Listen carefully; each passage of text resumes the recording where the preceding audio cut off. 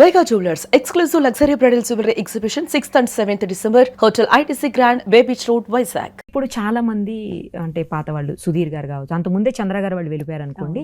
ఇప్పుడు సుధీర్ గారు, తర్వాత అభి గారు, ఇలా కొంతమంది వెళ్ళిపోయారు కంప్లీట్గా. అసలు జబర్దస్త్ వదిలేశారు. తర్వాత సీను గారు కంప్లీట్గా వదిలేశారు. మీకు ఇష్టమైన సుధీర్ గారు కూడా అసలు కంప్లీట్గా కనిపించట్లేదు. ఇక్కడ కనిపించట్లేదు, శ్రీదేవి డ్రామా కంపెనీ కూడా కనిపించట్లేదు. అంటే దానివల్ల ఏమన్నా రేటింగ్స్ తగ్గిన అట్లా ఏమన్నా అనిపిస్తుందా అండి? ఆ సిమ్టమ్స్ ఏమన్నా కనిపిస్తున్నాయా? ఒకటేనండి, మీరు నాకు సంబంధించినంత వరకు ఏవైనా అడగండి, నేను చెప్తా. ఇంకెవ్వరి గురించి నేను మాట్లాడినండి. అంతేనా? మంచిగాను మాట్లాడను, చెడుగాను మాట్లాడను.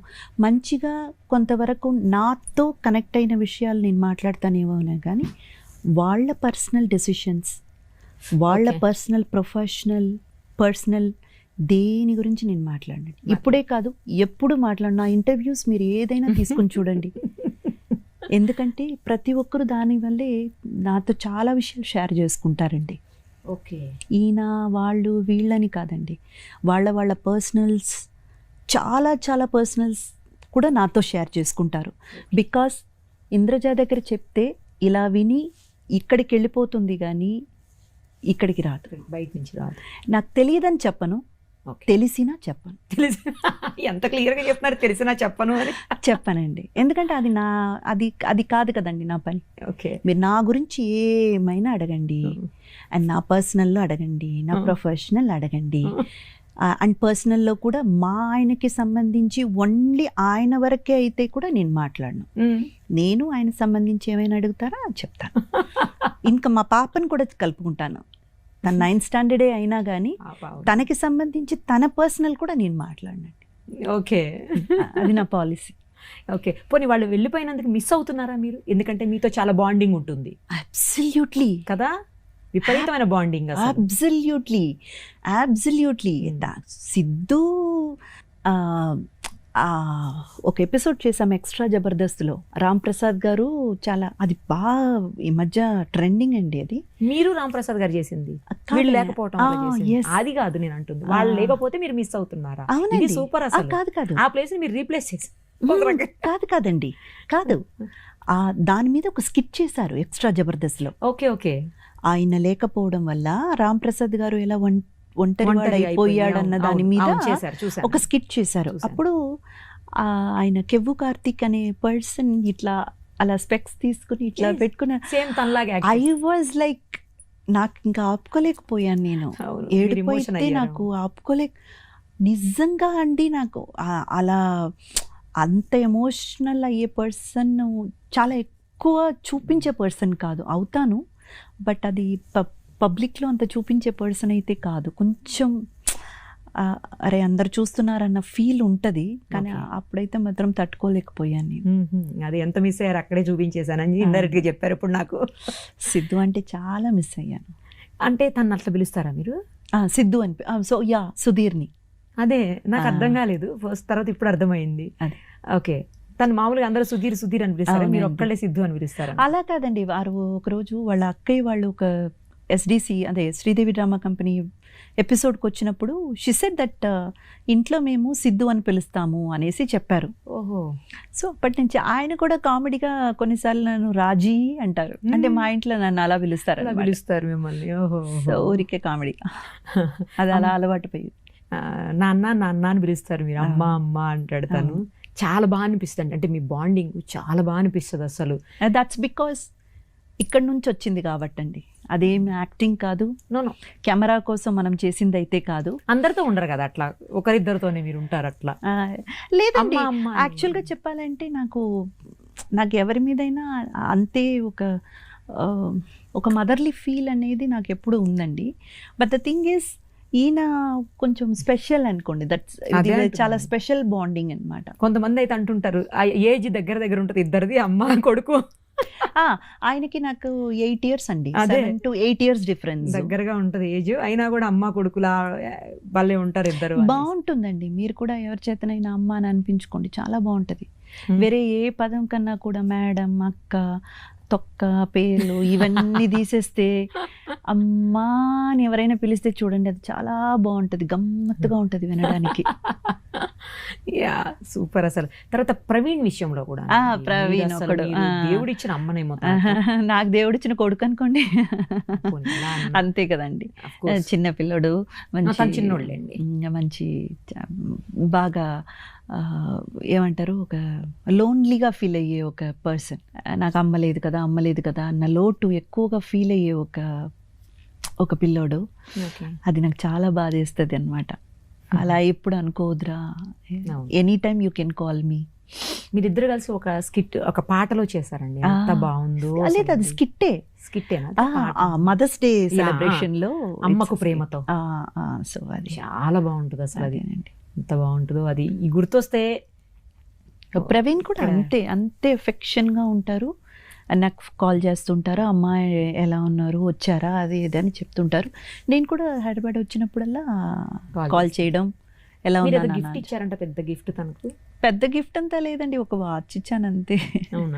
వాచ్, తర్వాత కార్ కొనుక్కున్నప్పుడు ఆ సిస్టమ్ అండి అంతే, లోపల మనకు టేప్ రికార్డర్ సౌండ్ సిస్టమ్ ఉంటుంది కదా, అది చేయించుకోనా అని చెప్పేసి డబ్బు ఇచ్చాను అంతే. ఏదైనా కూడా అండి, ఇష్టమైన వాళ్ళు ఇస్తే గిఫ్ట్ వేరే ఉంటుంది. సరే, ఇంతకీ మీ పెద్ద కొడుకు ఎప్పుడు పెళ్లి చేయబోతున్నారు చెప్పండి. నేను చెప్పాను కదండి ఇందాకే, ఎవరి పర్సనల్ గురించి నేను. మీ అబ్బాయి పెళ్లి కోసం అడిగితే కూడా పర్సనల్, అది ఆయన పర్సనల్ అండి.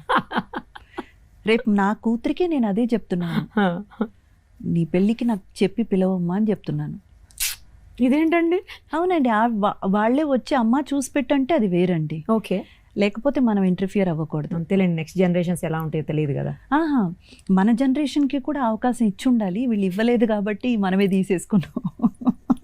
ఇప్పుడు నెక్స్ట్ జనరేషన్ కైనా ముందుగా మనం చెప్పేయాలి, మన మర్యాద మనం కాపాడుకోవడం. మీరు ఛాన్స్ అన్నారు, మీ ఇద్దరిలో, మీ హస్బెండ్ మీరు ఇద్దరిలో ఎవరు ప్రేమించారు, ఎవరు ప్రేమించాల్సి వచ్చింది? అలాగంతా ఏం లేదండి, ఇద్దరు బాగా అండర్స్టాండ్ చేసుకున్నాము, బాగా 6 years పట్టు బాగా తెలుసు ఇద్దరు. ఓకే. సో ఆయనకి మా ఫ్యామిలీ తెలుసు, ఫ్యామిలీ బ్యాక్గ్రౌండ్ తెలుసు, నా రెస్పాన్సిబిలిటీస్ ఏంటన్నది తెలుసు. ఎందుకంటే ఇద్దరు సిస్టర్స్కి. మీకు అంత ఎక్కువ రెస్పాన్సిబిలిటీస్ ఉన్నాయా? అప్పుడు అన్నీ చేసేసాను కదండి ఇప్పుడు. అదే అప్పట్లో సిస్టర్స్ అన్నీ మీరే. మరి లేకపోతే చదువు మానుకొని ఎందుకు రావాలండి? మనం పని చేస్తేనే ఫ్యామిలీ కొంచెం సెటిల్ చేయగలుగుతామన్న ఒక దాని మీదే కదండి. సో వాళ్ళందరికీ సెటిల్ చేసేది అవన్నీ కూడా ఆయనకి తెలుసు, ఆయన ఇంటికి సంబంధించినంత వరకు కూడా నాకు తెలుసు. సో బేసిక్గా ఇద్దరికి అండర్స్టాండింగ్ ఉంది కాబట్టి ఇంకా నీకు ఎవరు దొరకరు, నాకెవరు దొరకరు, రా ఇద్దరు చేసుకున్నా. ఇంకా చెప్పారండి అసలు, సూపర్. మీరు అంతే కదండి, సార్ చూడాలి, బాగుంటుంది ఎట్లా చెప్తారు. అంతే కదండి, సూపర్. అసలు ఎక్కడ పరిచయం ఇద్దరికి? అది కామన్ ఫ్రెండ్స్ అండి, కామన్ ఫ్రెండ్స్ తో మేము కూడా కలిసేవాళ్ళం. ఫీల్డ్ కి సంబంధం లేదు కదా? ఉన్నారండి, ఆయన కొన్ని సీరియల్స్ అయితే చేస్తున్నారు తమిళ్లో, ఆ తర్వాత రైటర్ కూడాను, ఒక 2-3 స్క్రిప్ట్స్ అయితే రాసున్నారు, ఆ తర్వాత యాడ్ ఫిల్మ్స్ చేస్తున్నారు. కానీ మెయిన్ అయితే అది కాదండి, మా మావయ్య గారిది బిజినెస్ ఉంది, ఎక్స్పోర్ట్స్. మా బావ ఏమో కాలిఫోర్నియాలో ఉంటారండి, మా ఆయన వాళ్ళ అన్నయ్య గారు కాలిఫోర్నియాలో ఉంటారు. ఆయన అయితే అక్కడ యూరోపియన్ కంట్రీస్ చూసుకుంటారు. మా మావయ్య, మా ఆయన ఇక్కడ ఇంటర్నేషనల్ ఎక్స్పోర్ట్స్ అండి. అయితే ఆ బండిల్స్ అండి, మెటీరియల్ బండిల్స్, అది కార్గో చేయడం, షిప్మెంట్ చేయడం, అవన్నీ ఇక్కడ సౌత్ ఈస్ట్ ఏషియన్ కంట్రీస్ ఈయన మా మావయ్య గారు చూసుకుంటారు. సో ఇది మెయిన్ చేస్తున్నారు, కానీ ఆయనకి అది ప్యాషన్, మంచి ఒక ఇంట్రెస్ట్ కూడా ఉంది. అండ్ సో కానీ మేమిద్దరం ఎప్పుడు కలిసి పని చేయలేదు. అదే అడగబోతున్నా, మేమిద్దరం కలిసి పని చేసి అలా కాదండి, జస్ట్ కామన్ ఫ్రెండ్స్తో అలాగా ఒక ఫ్రెండ్గా పరిచయం అంతే. ఏమైనా మూవీస్ చేస్తున్నారా ఇప్పుడు? ఆఫ్ కోర్స్ అండి, ఒక 2-3 మూవీస్ చేస్తున్నానండి. ఒకటి వచ్చేసి మాచర్ల నియోజకవర్గం అని మన నితిన్ గారు మూవీ, ఆ మూవీ ఒకటి చేస్తున్నాను. ఆ తర్వాత మన లక్కీ మీడియా బెక్కం వేణుగోపాల్ గారిది ఒక మూవీ, తెలంగాణ బ్యాక్గ్రౌండ్లో కంప్లీట్లీ తెలంగాణ స్పీకింగ్ లేడీ, ఒక పటేలమ్మ అని ఒక క్యారెక్టర్, అది చేస్తున్నాను. మొత్తం తెలంగాణ మాట్లాడతారా లాంగ్వేజ్ అంతా? తెలంగాణ యాసలో ఫస్ట్ టైం ఏమో. ఫస్ట్ టైం అండి. సో అదొక మూవీ చేస్తున్నాను. ఆ తర్వాత మళ్ళీ ఒక మన కరుణ కుమార్ గారు డైరెక్టర్ ఉన్నారు కదండి, ఆయన పక్కన పేరుగా ఒక గౌతమ్ అనేసి కొత్త డైరెక్టర్ అన్నమాట. Okay okay. గౌతమ్ కార్తిక్ అని ఇద్దరు డెబ్యూ డైరెక్టర్స్, వాళ్ళతో పాటు ఒక మూవీ అయితే అది నడుస్తుంది. అలాగే ఇంకా కన్నడ కిషోర్ గారితో ఒక మూవీ యాదగిరి గారు డైరెక్షన్లో, అది ఒక మూవీ చేశాను. అది అయిపోయింది, ఆల్మోస్ట్ అయిపోయి వచ్చింది. రిలీజ్కి కూడా సిద్ధం అవుతుందండి, రిలీజ్కి సిద్ధం అవుతుంది. ఇంకొక 2-3 మూవీస్. ఇవన్నీ తెలుగు? అంతా తెలుగు. తమిళ్లో కూడా ఏమన్నా? తమిళ్లో ఒక మూవీ చేస్తున్నానండి, అది జై అని ఒక హీరో ఉన్నారు అక్కడ తమిళ్లో, అది కూడా డెబ్యూ డైరెక్టరే. సో ఆయనది ఒక మూవీ కలెక్టర్ క్యారెక్టర్ అండి. అదేంటి నిజంగానే అలాంటి ఒక కలెక్టరు ఒక విషయంలో ఇన్వాల్వ్ అవ్వడం వల్ల ఆవిడ మిస్సింగ్ కేస్ అండి. ఇప్పటి వరకు ఆవిడ ఉందా చనిపోయిందా అన్న వివరం అయితే తెలియలేదు రియల్గా. బట్ ఈ మూవీలో ఏంటంటే ఆ క్యారెక్టర్ని ఇన్స్పిరేషన్గా తీసుకుని బట్ ఈ క్యారెక్టర్ చనిపోతుంది అనమాట, అంటే చంపేస్తారనమాట. అలాంటి ఒక ఇది అనమాట. ఓకే. ఏదైనా డ్రీమ్ రోల్ ఉందా మీకు? చాలా ఉన్నాయండి, ఇంకా చేయాల్సింది చాలా ఉన్నాయి. ఇంతవరకు అయితే పెద్దగా పర్ఫార్మెన్స్ ఓరియంటెడ్గా పెద్దగా ఏం చేయలేదేమో నాకు అనిపిస్తుంది. సో చాలా రోల్స్ ఉన్నాయి డ్రీమ్ రోల్. తప్పకుండా మీరు అనుకున్నవన్నీ చేయాలి త్వరలోనే. మీకు బాగా ఇష్టమైన హీరో ఎవరు? అందరూ ఇష్టమేనండి నాకు, బికాస్ ఒక్కొక్క మూవీ చూసినప్పుడు ఆ క్యారెక్టర్లో లీనమైపోతాం కదండి, ఇంకా అబ్బా ఈయనే గ్రేట్ అని అనుకుంటాం. మళ్ళీ నెక్స్ట్ మూవీ వచ్చి ఆ మూవీ క్యారెక్టర్లో ఆ హీరోని చూసినప్పుడు అబ్బా ఏం చేశారండి అని అనిపిస్తుంది. ఎంత బాగా చెప్తున్నారు అసలు. లేదండి అదే నిజం. ఎవరిని వీళ్ళు ఇష్టం వీళ్ళు మాత్రమే నేను చూస్తానన్నంత వర్షిప్ అయితే పట్ల కూడా లేదండి. ఇష్టమైన డైరెక్టర్ పోనీ? అంటే కొంతమంది మూవీస్ మనం ఎక్కడో కనెక్ట్ అయిపోతాం కదండి బాగా. నాకు ఏంటంటే ప్రతి ఫ్రేమ్ బ్యూటిఫుల్గా చూపించే వాళ్ళంటే నాకు చాలా ఇష్టం అండి. అంటే ఈచ్ అండ్ ఎవ్రీ ఫ్రేమ్ ఒక డ్రాయింగ్ లాగా చూపించే వాళ్ళంటే నాకు చాలా ఇష్టం. సో ఆ విధంగా అయితే సంజయ్ లీలా బన్సాలి. తెలుగులో గుణశేఖర్ గారు, ఆయన మూవీస్ ప్రతి మూవీ చూడండి అలా ఒక ఫ్రేమ్ టు ఫ్రేమ్ మీకు అలా ఒక బొమ్మ రాసేసి గీసేసి పెట్టిన ఒక బొమ్మలాగే ఉంటుంది. చాలా బాగుంటుంది.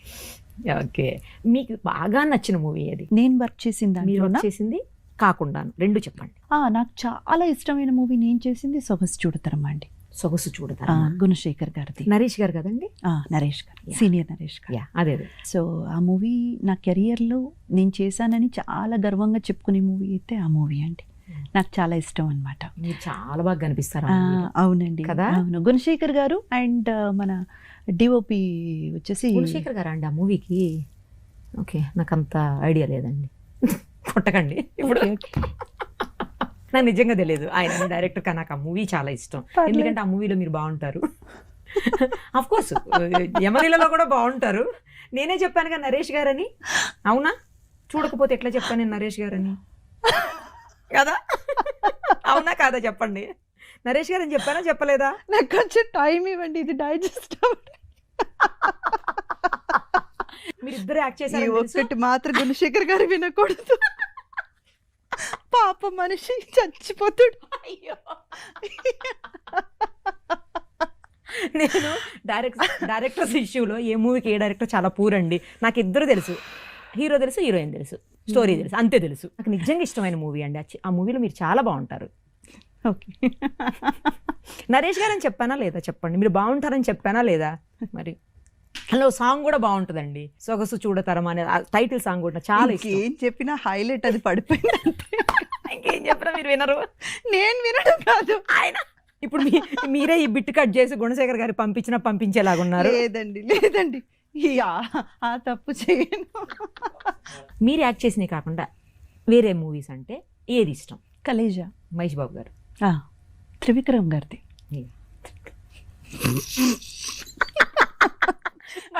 మళ్ళీ మీకు తెలియదేమోనని ముందుగా చెప్పేస్తున్నాను. నాకు అక్కడ మహేష్ బాబు, అనుష్క మాత్రమే వాళ్ళిద్దరే తెలుసు. కానీ నిజంగా మంచి మూవీ అండి, మంచి కామెడీ మూవీ. మహేష్ బాబు గారి డైలాగ్స్ అన్ని పంచులు ఇమ్మీడియట్గా ఒకదాని తర్వాత ఒకటి టప్ టప్ టప్ టప్ అని వేసేస్తారు ఆయన. అంటే ఆ కాన్సెప్ట్ ఒక ఊరికి సంబంధించిన పిల్లల్ని కాపాడే ఊరు వాళ్ళని కాపాడే అది ఓకే. మీరు చెప్పండి మీకు ఎందుకు నచ్చిందో. ఇప్పుడు దేవుడు అనేవాడు ఎక్కడో బయట లేదు, నువ్వే దేవుడు. నువ్వు మంచి అనుకుంటే నువ్వే దేవుడు, మంచి చెయ్యాలనుకుంటే నువ్వే దేవుడు. దేవుడు అనేది ఎక్కడో బయట వెతకాల్సిన అవసరం లేదనేది చాలా లోపల డీప్గా చూస్తే ఫిలాసాఫికల్గా చాలా డెప్త్ ఉన్న మూవీ అండి అది. బయట అట్లా మీరు చెప్పిన ఈ విషయాలు కనబడతాయి కానీ నిజం అది కాదండి. ఆ మూవీలో మనం అర్థం చేసుకోవాల్సింది ఏంటంటే ప్రతి ఒక్కడు శివుడే. అంటే అనుకోసామి జరుగుతుంది అంటారు కదండి, అవి మన కోసం కాదండి, ఎదుట వ్యక్తి కోసం. కానీ అది కంప్లీట్గా అనుకోవాలి, గట్టిగా అనుకోవాలి, చాలా గట్టిగా అనుకోవాలి, తప్పకుండా జరుగుతుంది. అది చాలా విషయాలు ఉన్నాయిలేండి, బట్ బయట చూస్తే అది ఫ్రాక్షన్స్ అట్లాగే కనబడతాయి.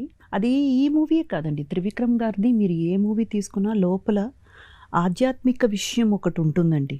అదే మెయిన్ పాయింట్ అయి ఉంటుంది. ఆయన ఎంత డీప్ థాట్ ఉన్న వ్యక్తి అనేది చాలా తక్కువ మందికి అర్థమవుతుందండి.